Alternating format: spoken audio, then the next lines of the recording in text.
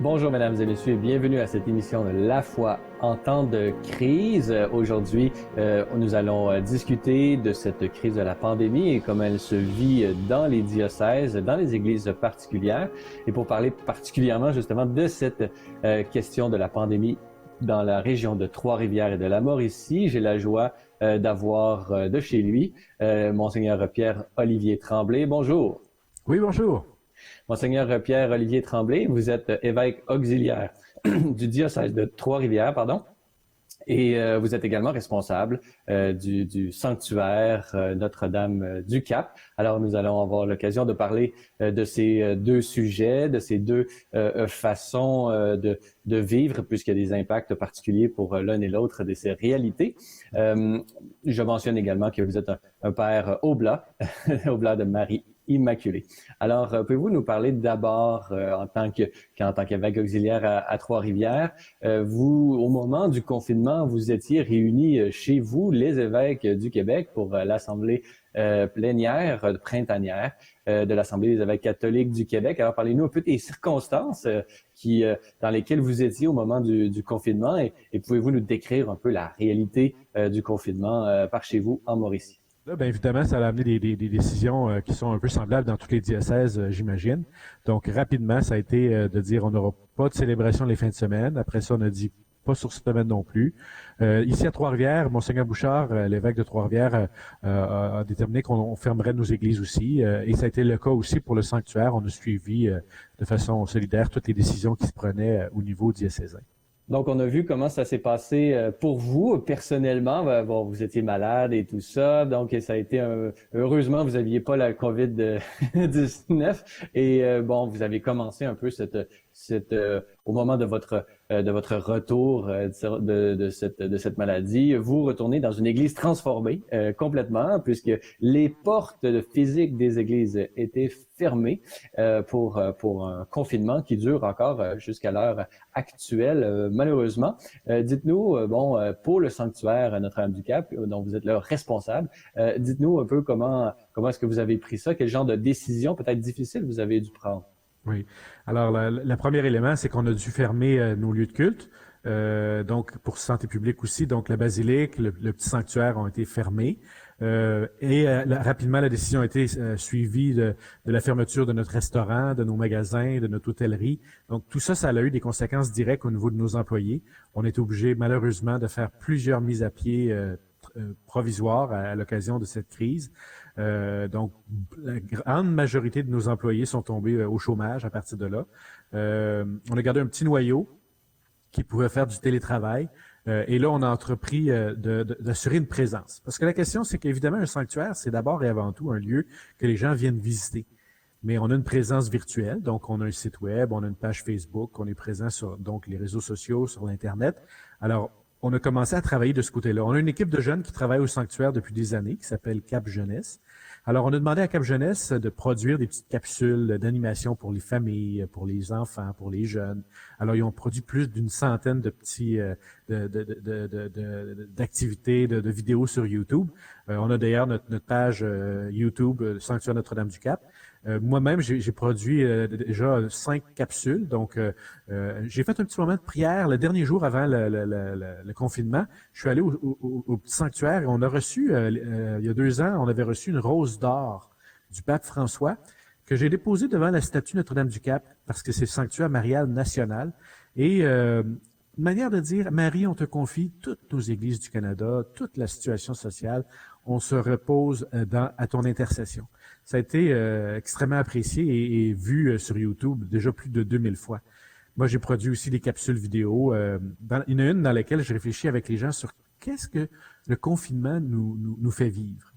On va avoir le temps de parler de toute cette présence de l'Église et des différentes réflexions que vous avez fait en public devant tout le monde sur l'avenir de l'Église, prendre ce temps de réflexion.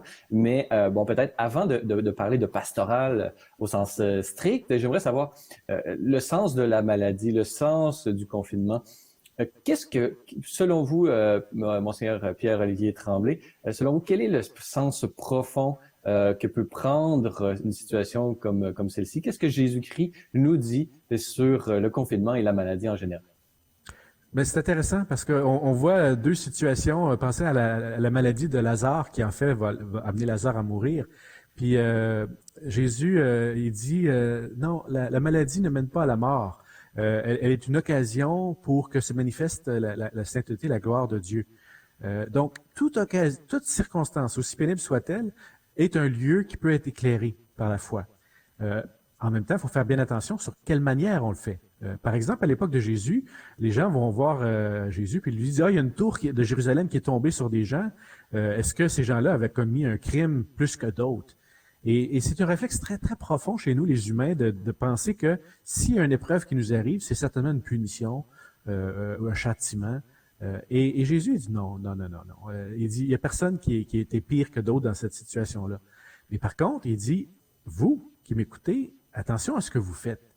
Parce que vous pourrez arriver pire encore. Et là, c'est comme si, on pourrait dire, ben là, je comprends pas pourquoi Jésus dit ça. Mais c'est parce que ce qu'il nous dit, Jésus, c'est plutôt que de penser que les autres sont coupables parce qu'il arrive une épreuve, moi, aujourd'hui, j'ai l'occasion de me remettre en cause et de me convertir.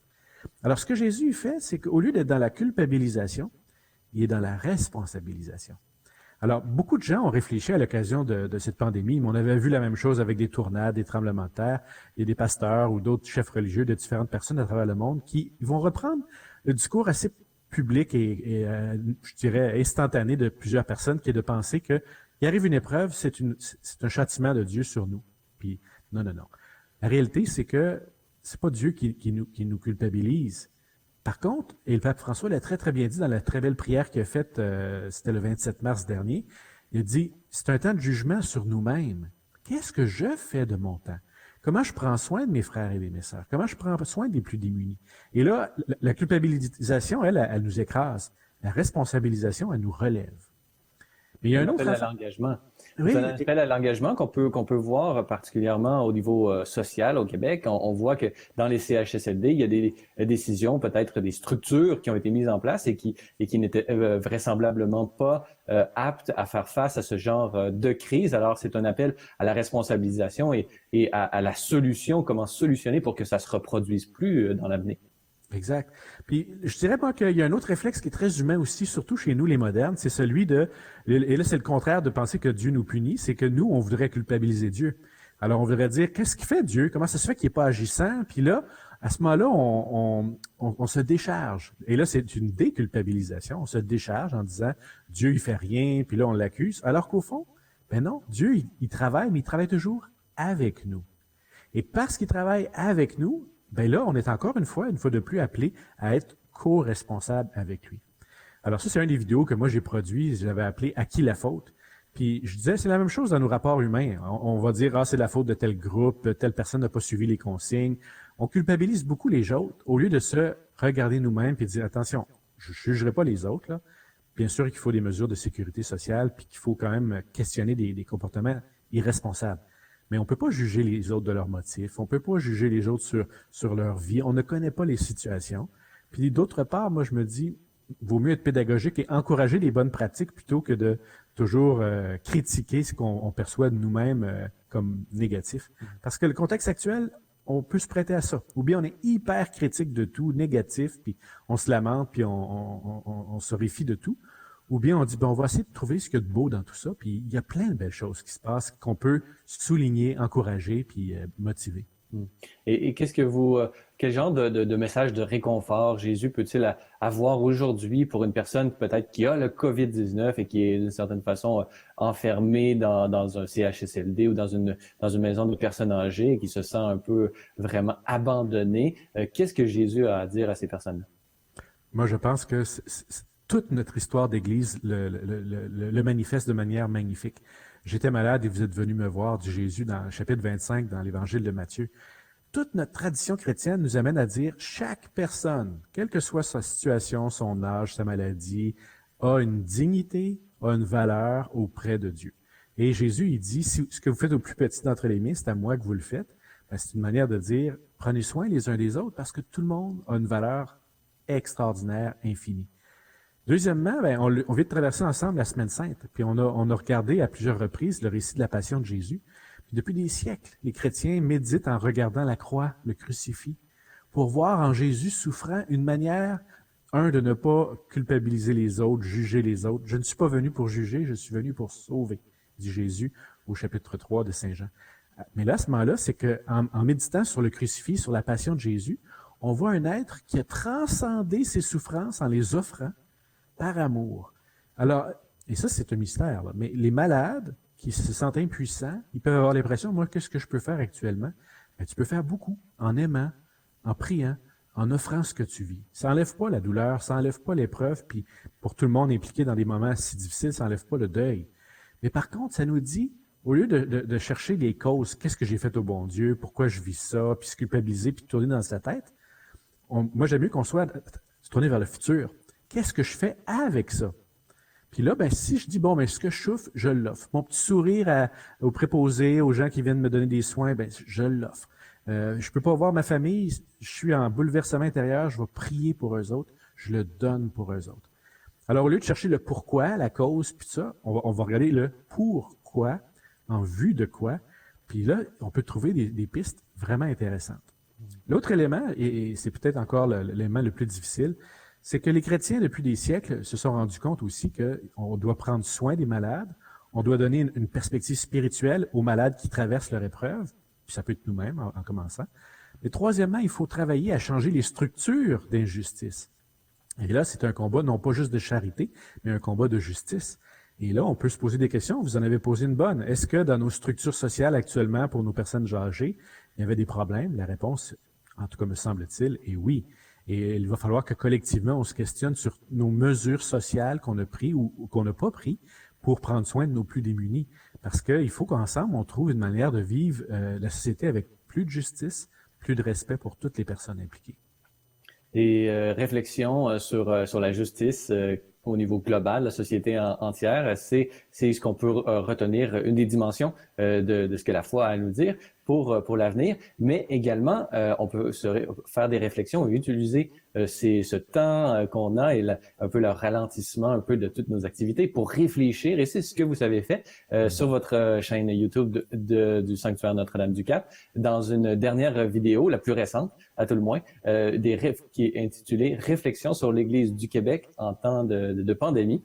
Alors, parlez-nous un peu, c'est une vidéo d'une vingtaine de minutes, un petit peu moins. Dites-nous un peu là, quelle était votre intention, quelles sont justement ces réflexions que vous avez, ce questionnement que vous vouliez partager aux auditeurs qui vous ont écouté, qui peuvent toujours vous écouter sur votre chaîne YouTube.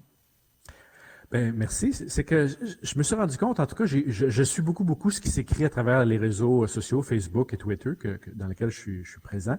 Je lis des réflexions un peu partout dans le milieu francophone et anglophone, États-Unis, Canada, France, sur qu'est-ce qui se passe en cette période de confinement. Et plusieurs personnes posaient des questions sur nos pratiques sacramentelles et liturgiques. Donc, le fait qu'on ait des messes en absence de fidèles. Alors, en certaines circonstances, oui, je pense qu'il faut avoir de ça parce que c'est des circonstances extrêmes, mais c'est pas l'idéal. On est tous conscients de ça. Parce que la liturgie est faite pour assurer la participation. Alors, moi, j'ai vu des critiques de gens qui disaient, écoutez, ça n'a pas de bon sens, c'est du cléricalisme, on fait juste montrer des prêtres, où sont les laïcs, où sont les femmes, comment ça se fait qu'on a des célébrations, des liturgies comme ça, où finalement, la messe, elle devient comme un spectacle. Moi, je trouve que les critiques sont nécessaires et sont bienvenues. En même temps, il faut partir de où est-ce qu'on est. T'sais. Notre Église au Québec, elle est extrêmement fragile. Nos ressources en termes de personnel pour tenir tout ce qu'on a à faire actuellement sont limitées. Nos ressources financières également. Alors, on a été pris de court par la pandémie, tout le monde. Alors, que spontanément, les prêtres aient voulu assurer une connexion avec leurs fidèles à travers Facebook Live ou Skype ou YouTube ou je ne sais trop, moi, je veux saluer ça. Je dis, énervons-nous pas avec ça.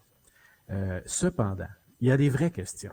Puis la question, c'est qu'on est encore en Église, de façon générale, dans ce qu'on appelle le Web 1.0, où on va émettre des images, des informations, puis il n'y a pas beaucoup de réciprocité.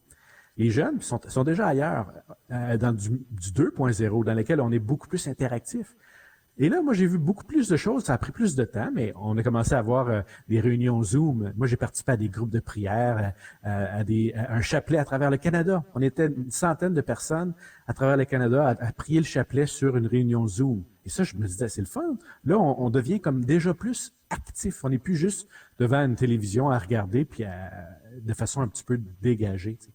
Puis je dirais, ce que tout ça met en lumière aussi, c'est que il y a dans notre Église au Québec à repenser notre manière de faire Église, parce que on va avoir besoin de se réapproprier, tranquillement, on va pouvoir arriver au déconfinement. Une notion que le Concile Vatican II nous avait dit, c'est qu'on est tous des baptisés, puis l'Église, on est co-responsable dans cette magnifique mission-là.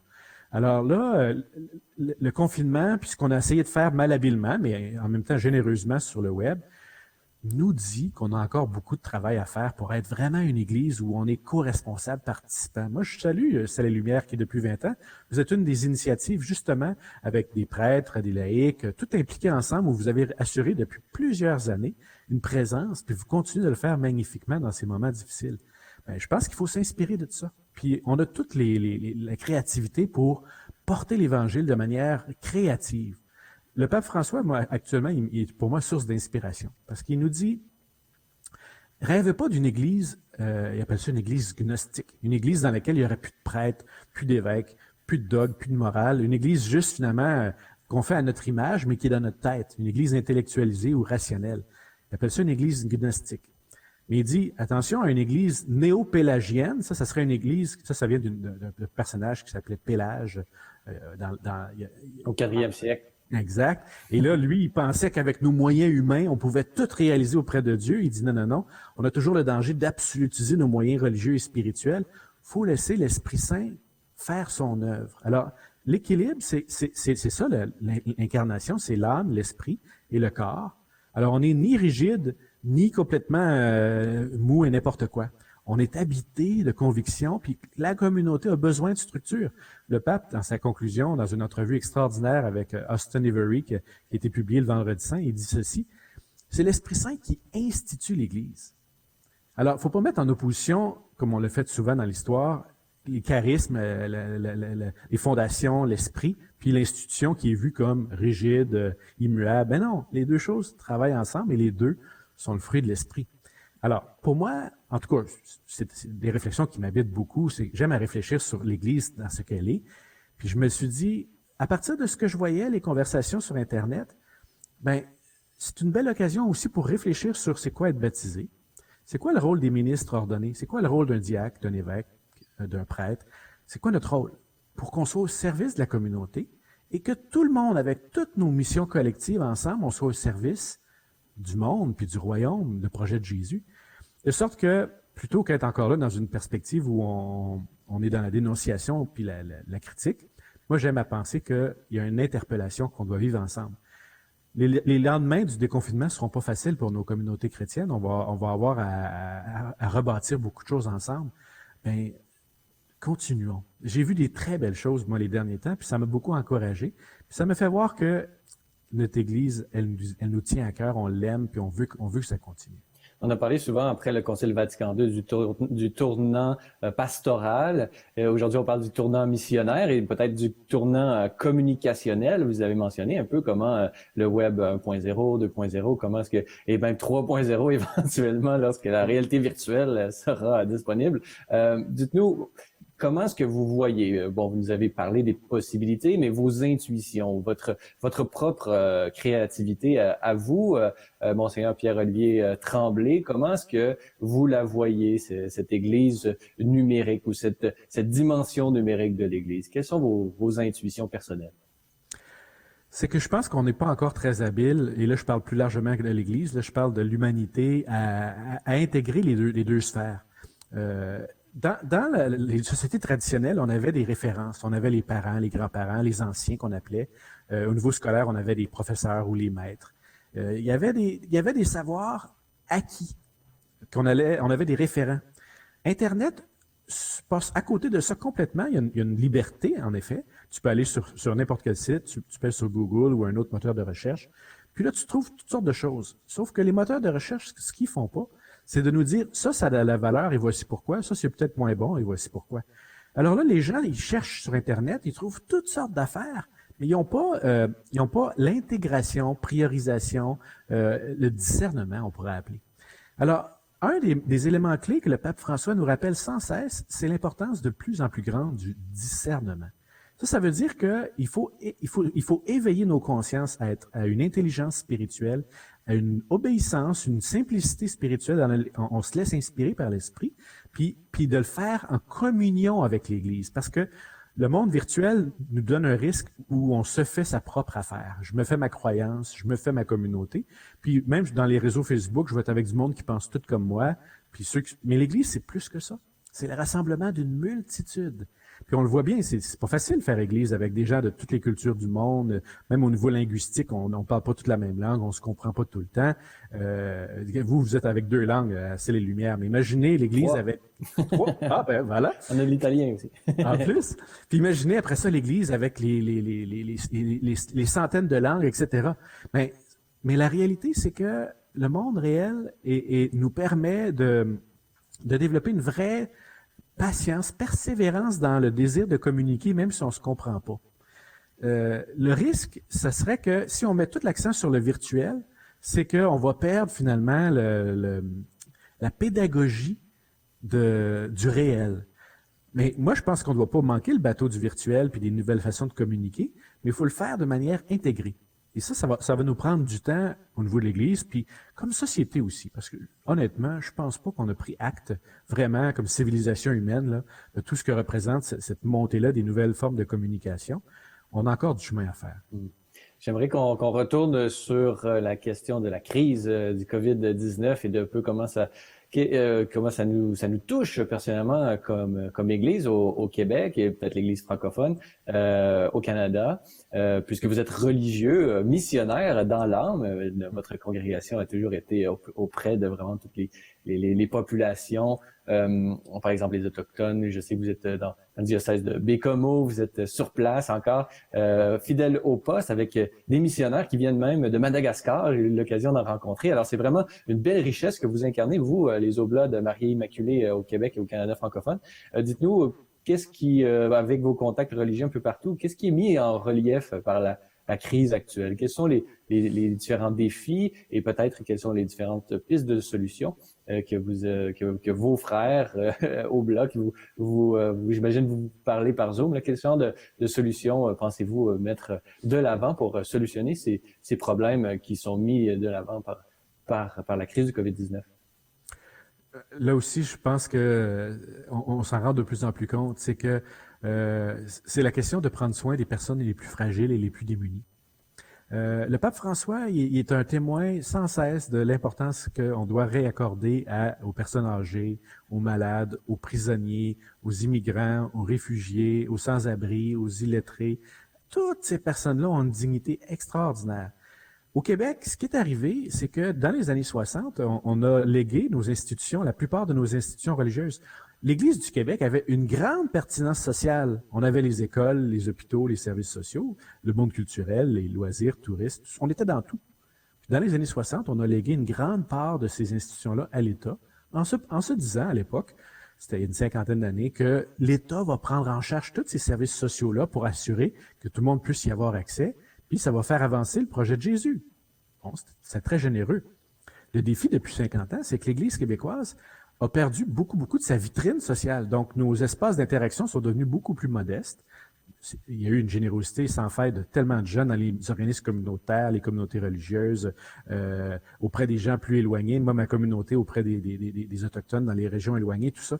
Mais il reste que, les moyens sont plus modestes. 2, ça fait en sorte que, n'ayant pas de grandes institutions, on a perdu aussi beaucoup d'acteurs. Et les acteurs le font. Moi, je pense qu'il y a tellement de chrétiens engagés dans l'enseignement, dans les soins pour les pauvres ou les malades, qui le font au nom de leur foi personnelle, mais c'est pas de manière institutionnelle. Alors, de façon générale, les baptisés, les croyants continuent comme toujours à s'impliquer pour aider les autres. Ils le font au nom de ce que Jésus nous a enseigné à vivre. Mais collectivement, ça paraît beaucoup moins. Et c'est ce qui donne aussi peut-être un des grands défis de notre Église, c'est il va falloir qu'on réapprenne à s'investir dans le domaine social. Parce que pendant longtemps, on laissait ça aux professionnels. Ce qu'on constate actuellement, c'est que même les professionnels sont débordés. Puis là, on va peut-être devoir réinvestir. On le fait déjà, là, je suis pas en train de dire qu'on le fait pas.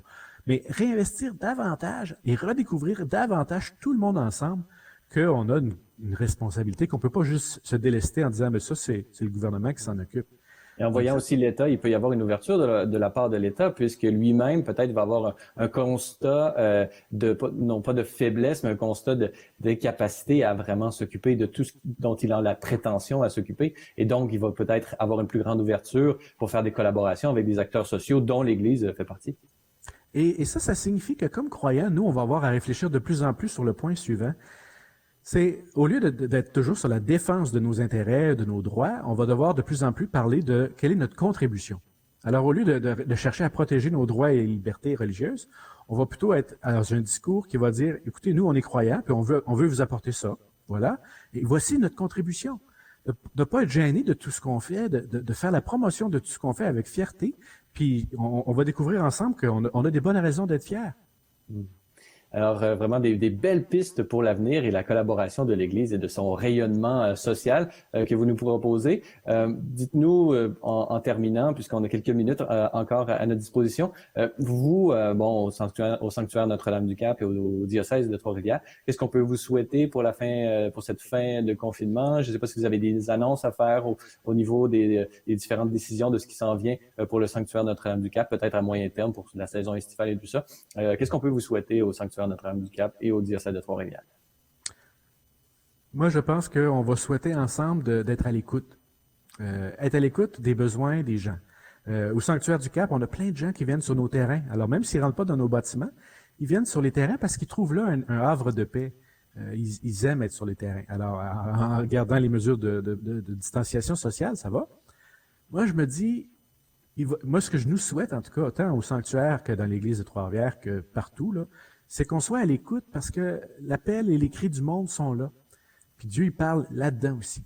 Alors, Monseigneur Pierre-Olivier Tremblay, évêque auxiliaire à Trois-Rivières et recteur de ce sanctuaire Notre-Dame-du-Cap, merci beaucoup d'avoir été avec nous.